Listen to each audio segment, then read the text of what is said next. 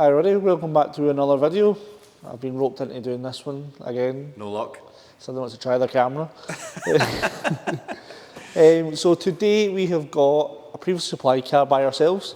2018 S350d AMG line, 44,000 miles on this one. Not a premium or premium plus pack car, but a really nicely spec'd, well optioned car which we'll go to further on in the video. Main purpose of these is to make sure that before you get here you know exactly the condition of the car, because we've got a lot of customers who will travel from all around the country, down south, overseas, things like that. So we'll point out any wee marks that we find around the car, stone chips, anything we feel that needs to be addressed at this stage, so that when you do get here you know exactly what you're getting before you arrive. As always, all our videos are sponsored by We Won't Buy Any Car. Well remembered. Yep, so everything pretty much in here has all came through that.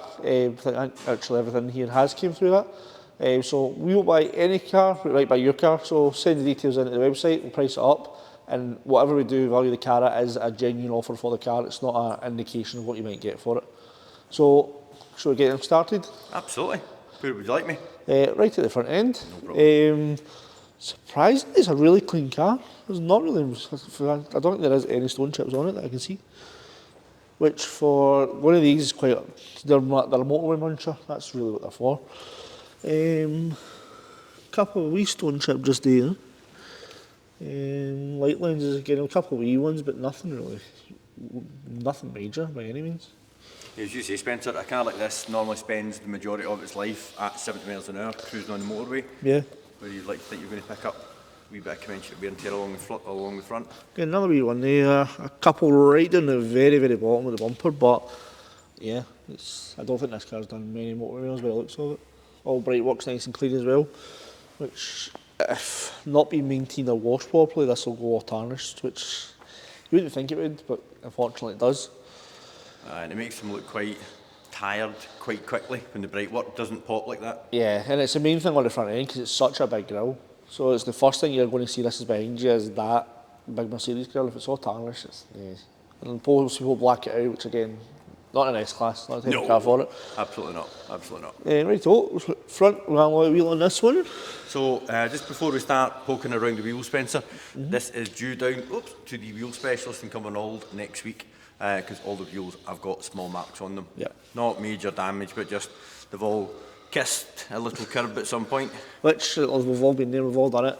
Nobody likes it, it's the worst noise ever when you do it, but to drive a car, it's going to happen. It's going to happen, especially when this has got the optional 20-inch wheels on it. Yeah, but we do have a nice Pirelli tyre on the front with loads of lift on that.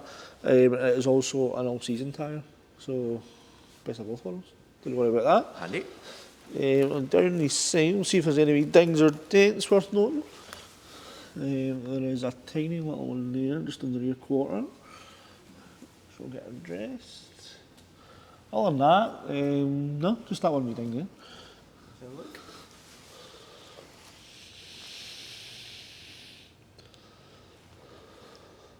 Oh yeah, just on the spedge line. Go and put your finger on there, Spencer. Right there. I think it's a bit further along. Yeah. That's it. So Willie from Dentmaster should hopefully have that out for us. But if you're watching the video and you want to find out if we were able to successfully remove it, just drop us a wee email or give us a call at the garage. Yep. Never see Willie not get a dent out, so we're very surprised. Well, he is the original. The OG Dentmaster. Dentmaster. Yeah, rear tyre, another Pirelli all season, plenty of life left on that. It is worth noting, there's a wee bit of tarnish on the bright work. Again, good old caustic. Yeah, and Mercedes seems to be the worst for it. I don't know why, it's always been the same, but even if it's a gloss black, unfortunately. Actually, the gloss black looks worse because it goes white. Yeah, it goes all like paper and dotted and just keyless entry. Oh, well, that's one less thing to mention. So, as being an S-Class, the interior is lovely. Leather everywhere, fit and finish is... Yeah. Spencer, I would just nip round the other side and put the ignition on because... What, see the lights? Yeah, it really makes the interior just pop. Especially because someone set the interior to purple. It's Purple Moon actually. Purple Moon? Purple Moon, because these have got... So it's 64 colourway, there you go. Or it's got scenes that you can change. Oh. So it's got like dawn blue, purple moon, blue sky. Very cool. We better not We better not bum this up too much because you and I are always like, yeah, you don't need bobbles. But when you do see it, it is quite nice. Mercedes is probably one, they spent a lot, I think it was like £1 million to spend, or €1 million on their light design. It's how it illuminates and colours and the departments they have for it. It's everywhere. Yeah. But as I said, it does, as you say, it makes interior a bit. And this is it in bright daylight as well. Yeah. But yeah, the fit and finish, and obviously an E-Class, everything's lovely, but when you see these, you can see why they're the money they are than new. Because everything's just lovely. Leather's the softest of the soft that they could possibly make it. Very, very comfortable perch, I have to say. So in the rear, again, the rear bench, I don't think it's been sat in very, very often. This is also got the rear control, so being S-Class, each door switch control, well, it's got a door switch for each rear window and the rear sunblind.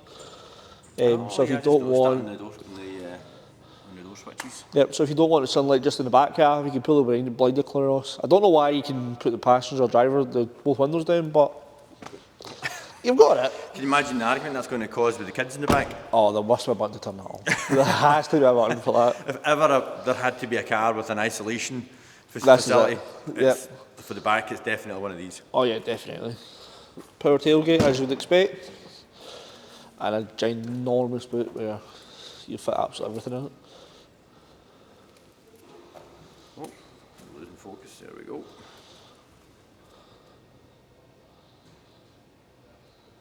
This is with the generation I met where they designed the rear lights to look like they're crystallised when they're lit up. Oh. It was like to look like a Swarovski crystal. Very bling. Yes. But again, round the back, no sort of dings or anything, no scratches along here, which you usually expect for stuff getting loaded into the boot. Yep. And it's got the nice chrome finishing around the pipes, which actually, are they connected? No, they're not. Moving on. They're imitation Dismantling tips. one car at a time by the exhaust system. It's a big thing, you just... Anyway, moving on, we can talk about it. Again, another trailer, all season around here with plenty of life left, well over 6 months left in the tyres. It's nice to see it on a decent set as well, because, yeah, at times of series and they're on a budget, which is a no-go for us. And again, you see ambient light, just, even the footwells.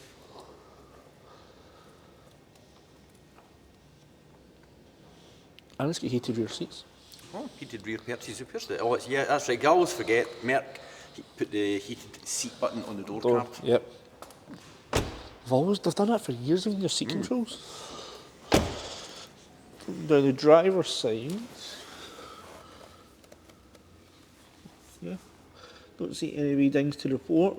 I say just that one on the back. That little one over on the back wheel arch and the rear passenger. Yep, and again another matching Pirelli on the front here. All good. See, this is one of those cars where Merc's a weird spec thing because you can spec these pretty easily by a premium or a premium plus pack where it'll give it everything. So the fact that somebody's went for a normal one but then put all the options on it, it's nice to see. What exactly is it missing? Just the audio? The audio and I think massage seats is the only thing that's missing. To be honest, I've always found massage sheets a total gimmick. Yeah, and then you can spec these pretty highly, obviously in the rear, you can get rear entertainment and 2-seat configurations, but this is just more of a nice, usable, everyday car, can I? Jumping on inside. Probably the main thing, Spencer, for me, is the fact that it's got a big, huge glass roof, which I'll have a wee look at just now. Go and put the sunroof back, Spencer.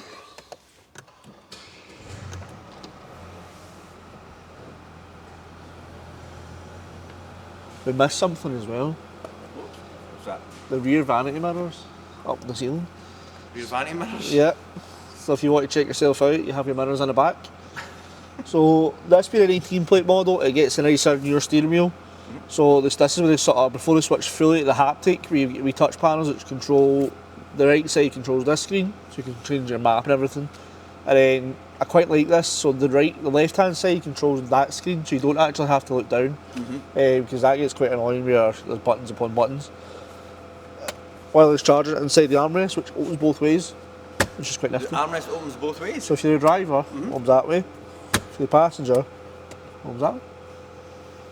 Spencer, I definitely think you should do more of these videos because I would have never clocked that. That's because I sit and play about with the car, that's all. To confirm, the mileage on this one is 44,455 miles. Just been serviced. Just been serviced, all good to go. Online service history all updated as well. Fantastic. And the fit and finish is just lovely. Yeah, you know you're in a flagship model in the old S-Class for sure. Yeah, You're everything's 6'3", 6'2". 6'2". I'd actually probably need to move the seat forward a wee bit. I need to move the seat forward a wee bit. It's actually probably a bit too far back for me. But that's what an S-Class is. It's just space upon space. Excellent, but certainly door cards and the steering wheel and the entry plates and everything are all... Yeah, a wee bit of wear on this, but this is a kick plate. It's a kick plate. It's for getting kicked. And people have kicked it. Yes. So the chrome's a little bit scratchy, but otherwise she's wearing very well. I nearly done what I said the other day and couldn't find the bonnet latch. It's easier on this one. I didn't rest it, but... You think you'd be practicing, Spencer? I know. Engine will be all nice and clean as you would expect, and up there one of the nicest diesels. Not as good as the BMWs, but by no means is it a bad engine. No. Super smooth, super quiet. It sounds really nice in this as well. I don't know if it's got some funky piping or fake noises, but... Probably find, Spencer, that you can hear it on the outside, but once you're in the inside... Oh, it's super silent. Yeah. Having brought it back yesterday from its MOT service, it's like a cloud. It's comfy, quiet, even with the pan roof open, there's no wind noise. Are these on air suspension? Yes. That's probably why it can that'll certainly contribute towards the ride control. I think you need it in an S-Class. If this was sprung with a shock and a spring, I don't think it would be as nice or be as comfy as it should be. So wafty is what you expect? Yeah, that's what an S-Class is. Do these have rear steer? No, absolutely these not. don't.